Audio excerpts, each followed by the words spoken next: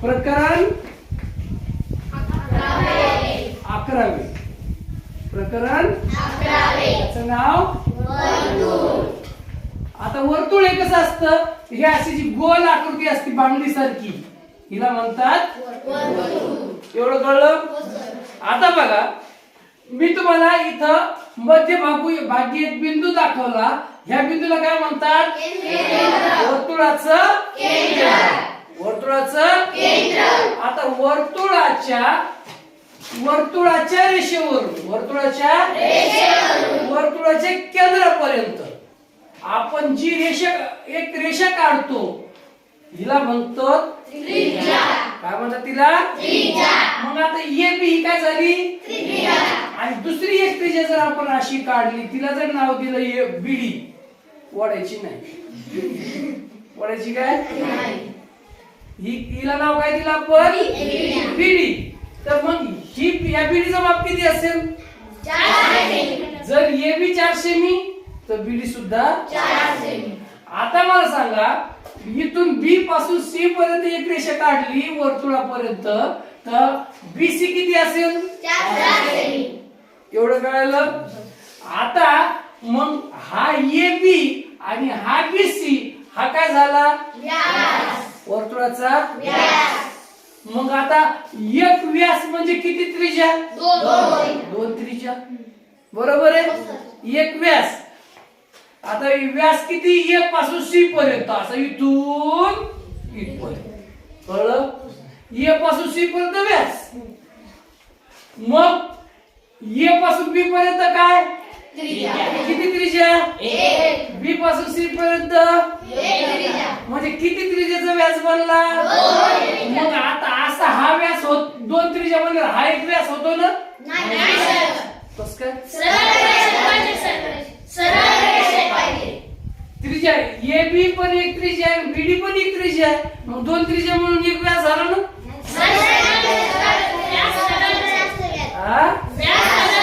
व्यास हा केंद्रकामधून गेलेली सरळ रेषा. व्यास म्हणजे काय? वर्तुळाच्या केंद्रकामधून गेलेली सरळ रेषा. आणि ज्यावेळेस ती केंद्रकातून जाईल आणि 2 बिंदूला वर्तुळाच्या जोडेल, त्यावेळेस तिथं सुद्धा किती त्रिज्या तयार होतील? 2 त्रिज्या तयार होतील. आणि त्या 2 त्रिज्याला म्हणतात वर्तुळाचा व्यास. एवढं कळलं? आता AB झाली त्रिज्या, BD झाली त्रिज्या, BC झाली त्रिज्या आणि AC झाला व्यास. आता मला सांगा,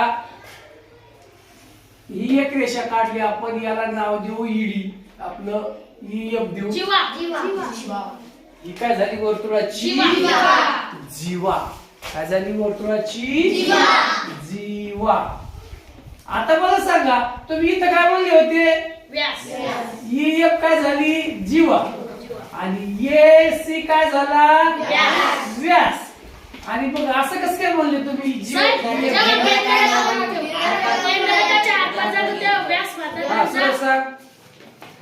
जेव्हा एखादी रेषा वर्तुळाच्या एका टोकापासून केंद्रकामधून दुसऱ्या टोकापर्यंत जाते त्याला व्यास म्हणतात. आणि जेव्हा एखादी रेषा वर्तुळाच्या एका टोकापासून केंद्रकाच्या व्यतिरिक्त, बरोबर, केंद्रक सोडून केंद्रका व्यतिरिक्त दुसऱ्या टोकाला जाऊन मिळते त्याला जीवा म्हणतात. त्याला जीवा म्हणतात. मग आता AC हा व्यास नाही का? आपला व्यास आहे, जीवा नाही का? नाही.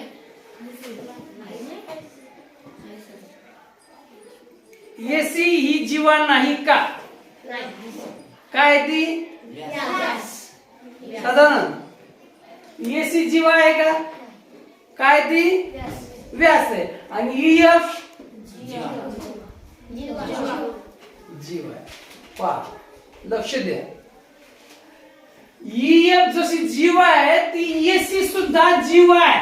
AC जीवा पण आहे आणि व्यास पण आहे. जीवेची व्याख्या जेवढी आहे ती कुठून चालली, काही घेणं देणं नाही. वर्तुळाच्या 2 टोकाला जोडणारी रेषा म्हणजे जीवा. मग ती केंद्राकडून जावो अथवा केंद्राकडून न जाव ती काय झाली वर्तुळाची जीवा.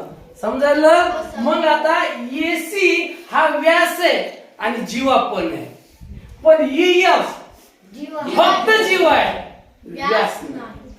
ह्याच्यावरून आपल्याला असं म्हणता येतं की प्रत्येक व्यास हा जीवा असतो. प्रत्येक व्यास हा जीवा असतो, पण प्रत्येक जीवा हा व्यास असेल असं काही समजतंय? प्रत्येक तुम्ही कुठलं काढा, आता हा व्यास काढला मी, मग हा व्यास काढला तर हा जीवा आहे का नाही? व्यास पण आहे जीवा पण आहे. पण आता मी अशी दुसरी एक रेषा काढली, ही फक्त जीव आहे, व्यास एवढं कळलं? मग आता हे तुमचं 6वीचाच भाग होता तसा. आणि ज्या वेळेस आपल्याला ह्या समजा आता एसी मोजायचंय तर आपण सरळ मोजतो. ही 4 सेंटीमीटर, हे 4 सेंटीमीटर किती झाले? 8 सेंटीमीटर. म्हणजे व्यासाची लांबी किती झाली? 8 सेंटीमीटर.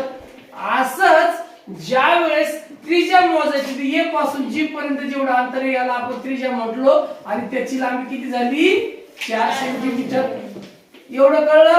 पण ज्या वेळेस आपल्याला ए पासून निघायचं आणि असा वर्तुळाचा गोल घेत घेत सी पर्यंत, एफ पर्यंत आणि डी पर्यंत येऊन पुन्हा एफ पर्यंत ही लांबी जेवढी आहे हे ज्यावेळेस मोजायचं आणि ते मोजल्यानंतर जे माप निघतं त्याला म्हणतात वर्तुळाचा परिघ. कळतंय? वर्तुळाचा परिघ कशाला म्हणतात? वर्तुळाची जी गोल लांबी आहे, समजा वर्तुळाची गोल आहे तो किती लांब आहे. जर आपण एखादं सायकलचं ट्यूब आहे ते घेतलं त्यावेळेस कसं असतंय? गोल असतंय. ते जर आपण कापलं तर मग त्याला सरळ होतं का नाही? ते मग सरळ केल्यानंतर ते किती लांब भरतं त्याला म्हणायचं वर्तुळाचा परिघ. आता बांगडी तुटल्यावर आपल्याला सरळ करता येते का? मग वर्तुळाचा परिघ जर बांगडीचा परिघ जर मोजायचा असेल तर जिथं आहे तसंच मोजायला लागतो. जसं सायकलचं ट्यूब आपण कापून मोजू शकतो तसं बांगडी कापून मोजू शकतो का? नाही मोजू शकत. मग वर्तुळाचा परिघ जर काढायचा असेल तर असा जो गोल भाग आहे तो तसाच ठेवून मोजायचा, म्हणजेच वर्तुळाचा काय काढायचा? परिघ काढायचा. आणि वर्तुळाचा परिघ काढण्यासाठी एक सूत्र दिलेलं आहे. ते सूत्र आहे वर्तुळाचा परिघ बरोबर पाय डी. काय? वर्तुळाचा परिघ बरोबर पाय डी. आणि दुसरं सूत्र आहे वर्तुळाचा परिघ बरोबर 2 पाय आर. आता बघायचेच तुम्हाला स्पष्टीकरण देतो. आता तुम्ही म्हणता कसं मोजायचं? आता वर्तुळाचा गोल भाग मोजायचा, गोल भाग मोजायचा. पण कसा मोजायचा? दोरी आणायची, लावायची नशी आधी गोल भागावर ठेवायची आणि मग ती सरळ करायची, मग त्याच्या स्केल पण ठेवायची. असं मोजायचं का? काय दिलेलं आपल्याला? त्याला सूत्र दिलेलं आहे. त्या सूत्रावर मोजायचं. काय अवघड आहे का? नाही. आता सूत्र काय? तर पाय डी. नेमका पाय म्हणजे काय? 22/7 नाही तर 3.4. पाय म्हणजे गणितामध्ये त्याची किंमत दिलेली आहे 22/7. किती दिलेली आहे? 22/7.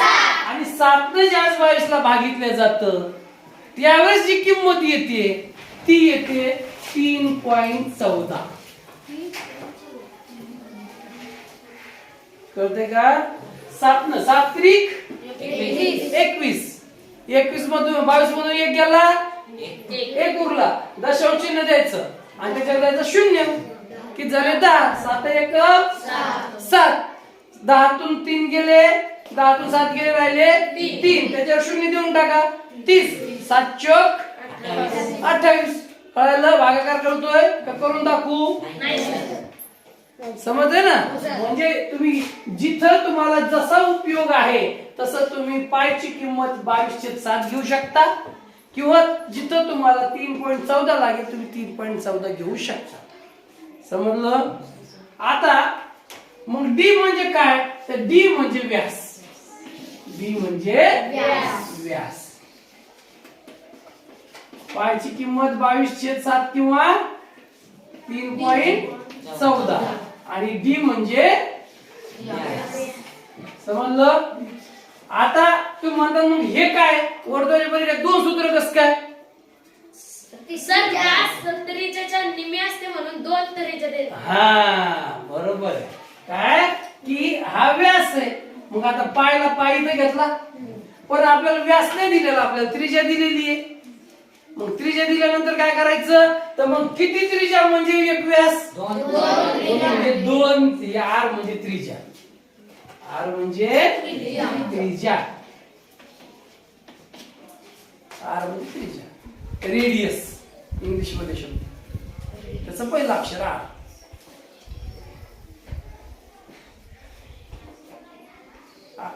आता एवढं समजलं तुम्हाला? मग 2 त्रिज्या आणि 1 पाय म्हणजेच वर्तुळाचा एवढं कळलं सूत्र. आणि ह्याच्यावरून आपल्याला काय करायचे आता उदाहरण सोडवायची आहे. आता पहिलं उदाहरण तुम्हाला दिलेलं आहे. काय दिलेलं आहे? सराव संच 42 मध्ये खालील सारणी पूर्ण करा. आणि नंबर 1 ला दिलेला आहे तुम्हाला फक्त 7 सेमी. काय दिली ही? काय दिली? त्रिज्या. त्रिज्याला आपण कोणतं अक्षर घेणार? मग सूत्र कोणतं वापरणार? वरचं की खालचं? खालचं. मग काय लिहिणार? वर्तुळाचा परिघ बरोबर 2 पाय आर. मग आता बरोबरच्या खाली बरोबरचं चिन्ह द्यायचं. 2 जसे असता 6 गुणिला पायची किंमत किती घ्यायची? 22/7. किती घ्यायची? 22/7 गुणिला आर किती दिले तुम्हाला इथं? आर ची किंमत टाकून द्यायची. किती इथं? 7. आता ह्या 7 तुम्ही ह्या 7 ला भागू शकता, 22 ला भागू शकता, 2 ला भागू शकता. कोणाला भाग जातो खालच्या 7 न? 7 ला जातो. 7 1 7 7 1 7. आता 22 1 22 दोन्ही 44.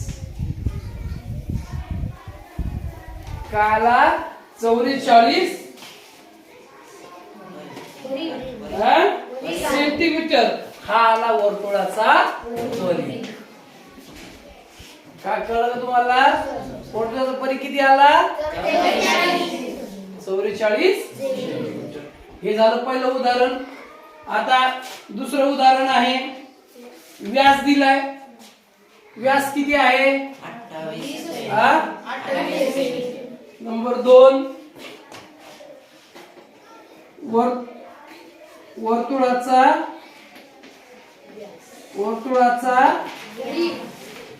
व्यास. व्यास किती दिलेला आहे? 28 सेंटीमीटर. मग आता हे सूत्र तेच लिहायचं. वर्तुळाचा परिघ बरोबर पाय डी. इथं आपण हे सूत्र काय घेतलं? व्यास दिलाय. आणि आता पायची किंमत पायच्या ठिकाणी टाकायची. हे मोडून टाकू.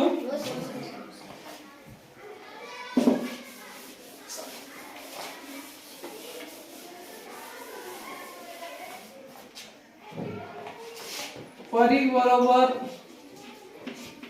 इथं पाय किती दिलं होतं? आता पायची किंमत 22/7. डी किती दिला? 28. 7 न कोणाला भाग जातो? 7 1 7 चोक 22 चोक करणार 88 सेंटीमीटर. किती अवघड आहे? खूप अवघड आहे ना. डोक्याच्या कुठून जातो, कुठून जातो? Sir 14 semi. हा? व्यास 14 सेमी. आणि 14 सेमी. आता तिसरं काय दिलेलं आहे? वर्तुळाचा काय दिलेला आहे? परिघ दिलेला आहे. वर्तुळाचा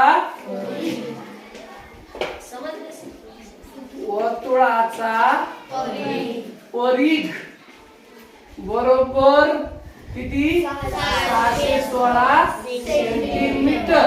आता सूत्र हेच लिहायचं, वर्तुळाचा परिघ बरोबर पाय डी लिहू शकता तुम्ही. पाय डी परिघ किती दिलेला आहे? 616 बरोबर पायची किंमत 22/7 गुणिला डी. डी ची किंमत काढायची म्हणजे ह्या त्याच्या जवळ जो आहे तो त्याची बाजू काय करायची? बदलायची. अंश आणि छेद बाजू बदलत असेल तर काय करतो? कसा बाजू बदलतो? उलटा. हा? उलटा. खाली टमडे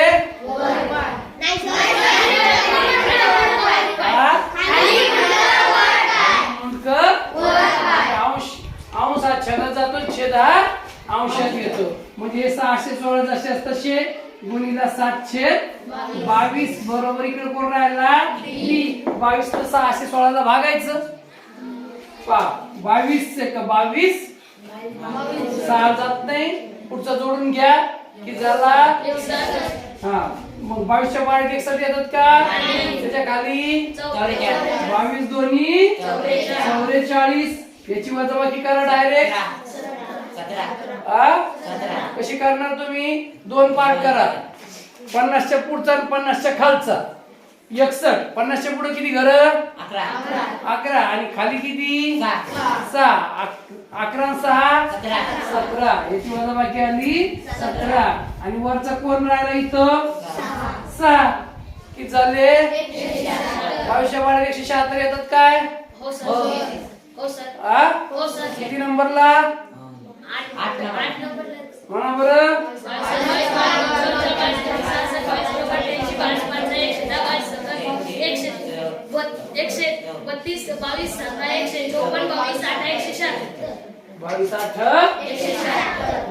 काही जण म्हणतात आणि काही जण फक्त होट हलवतात आहे का नाही. आणि 22 एक 22. वर किती आला इथं? 28. इथं किती राहिला? 7 बरोबर डी. आणि आता येतो घ्यायचा गुणाकार. 7 या डी 56. हाचा आला 7 दोन्ही 14. हाचा किती आला होता? 5 झाले 19 बरोबर डी. आणि डी काय म्हटलं आपण? व्यास. डी म्हणजे डी म्हणजे व्यास. आणि व्यास किती आला? 196 सेंटीमीटर. मग आर म्हणजे काय? त्रिज्या. मग आता त्रिज्या जर काढायची असेल तर काय करावं असं लागल पा? डी वरून तुम्हाला व्यासावरून जर त्रिज्या काढायची तर 2 न भागायचं. बरोबर आहे. आणि तुम्हाला त्रिज्या दिलेली असेल आणि व्यास काढायचा आहे, कळलं? मग आता इथं 196 ला काय करायचं? 2 न भागायचं. भागाकार कुठून होतो? पुढच्या साईडनं 1 ला जातो का? पुढचा जोडून घ्या. किती झाले? 2च्या पाड्यात 18 उरला काला इथं किती झाले? 2 किती 16 झाले 98 सेंटीमीटर. हा काय झाला? ही काय झाली? समजलं? व्यास झाला, त्रिज्या झाली. आता तशी चालतं. आधी त्रिज्या काढा आणि मग व्यास काढा. त्यावेळेस फक्त काय करायचं? त्रिज्याला 2 न गुणायचं. काय अडचण नाही. गणितात उत्तर येण्याला महत्व आहे. आता आपण त्रिज्येवरून काढू. आपण काय करू? त्रिज्येचं सूत्र वापरू. कुठं? चौथ्यामध्ये. चौथ्याला काय दिलेलं आहे? वर्तुळाचा परिघ किती दिलेला आहे? 72.6 सेंटीमीटर. आपण इथं आता तुमचं ते सूत्र तुम्हाला तसं वाटतं तर ते टाकू. कोणतं?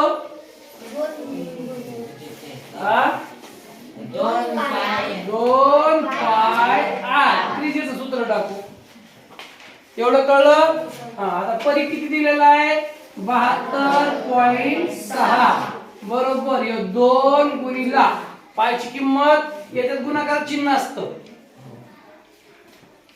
अंजली आहे नी तर बर कोणात गुणाकार चिन्ह असतं? अक्षर आणि संख्या ज्यावेळेस जवळजवळ असतील त्यावेळेस त्याच्यात चिन्ह नसेल तर तिथं मग 2 गुणिला पाय पायची किंमत आणि r ची किंमत दिलेली आहे. आपल्याला त्रिज्या काढायची आहे. समजलं? आता बघा मग तुम्ही 22 दोन्ही 72.6 हे वरचा गुणाकार करून घ्या. 22 दोन्ही 44 छेद गुणिला आता इकडं कोण येणार? कसे होणार? गुणिला 744 बरोबर r. आता तुम्ही याला भागताना डायरेक्टही भागू शकता किंवा बारीक करून आधी छोटे छोटे भागू शकता. तुम्हाला कसोट्या दिलेल्या आहेत. कोणाच्या कसोटीत बसतात? ही 44 आणि 7 बसतात का कोणाच्या कसोटीत? 44 आणि 72.6 कोणाच्या बसतात? 2च्या. मग 2 इथं पण भागायचं इथं पण भागायचं. बेन 7 ला भागितल्यानंतर बेन 2 न भागायचं. आपल्याला बे दिसणार नाही, अदृश्य येतो. फक्त भागणार आहे डायरेक्ट. 2 भागणार आहे कोणाला? 7 ला. मग किती येणार भागाकार? किती उरला? 1. चला इथं किती झाले? 2 किती? 12. 12. आता सारखं आल्यावर काही दशांश चिन्ह आपल्या खाली लिहायची नाही. 2 किती? 6. दशांश चिन्ह इथं. समजलं? इथं सुद्धा बेध्वनी 2 जो अदृश्य तो भागायला आहे. कळतंय का? आणि इथं बेध्वनी 4. समजलं? किती आले? खाली 22 वर 36.3. मग आता जर इथं दोघांना भागात कोणी जात नसेल तर तुम्ही काय करायचं? गुणाकार करून घ्यायचा. कोणाचा? 36.3 गुणिला वर कोण आहे? 7. 7 तर गुणायचं. 7 त्रिक 21. चला 7 सकम 42 आणि 2 44. चला 7 त्रिक 21 आणि 4 25 ला कोण भागणार आहे? दशांश चिन्हाच्या पुढे किती आकडे? एवढं घर मागं दशांश चिन्ह द्यायचं. एवढं समजलं? आता ह्याला कोण भागणार आहे? गुणाकार बरोबर आहे ना? गुणाकार बरोबर आहे का?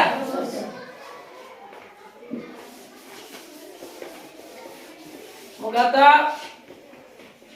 254.1 भागीला खाली कोण आहे?